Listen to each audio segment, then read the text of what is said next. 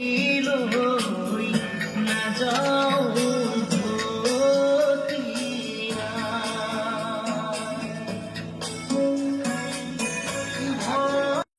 জানে যে আজি আমাৰ মৰমৰ জুবিন দা ক'বলৈ গ'লে সংগীত জগতৰ একমাত্ৰ ৰজা তেওঁৱেই।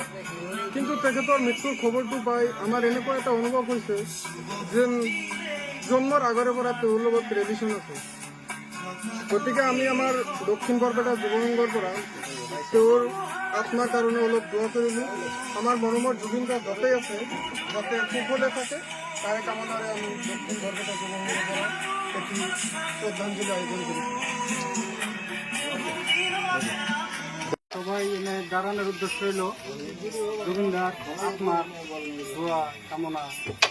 ইয়াত সমবেত হওয়ার মূল কারণ হচ্ছে যে আমার পৰা এজন এমনি মানুহ হেৰুৱাই গৈছে যে আমাৰ আত্মাস্বৰূপ ছিল মানুহজন। তো কেৱল আমাৰে নহয়, আমাৰ গোটেই অসমৰ এবং ভাৰতৰ এমন এজন মানুহ হেৰুৱাইছে যে আমাৰ একদম সম্পদ এটি আছিল, সম্পদটো হেৰুৱাইছোঁ আমি। তো সংগীত জগত আধাৰ কৰি পেলাই থৈ যোৱা এমনি এজন মানুহ আমাৰ পৰা হেৰুৱালে আজি।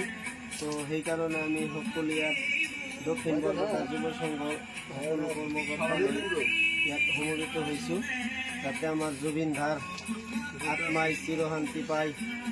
তাৰ কাৰণে অলপ সময় আমি উপৰওয়ালাৰ কাছে প্ৰাৰ্থনা কৰি।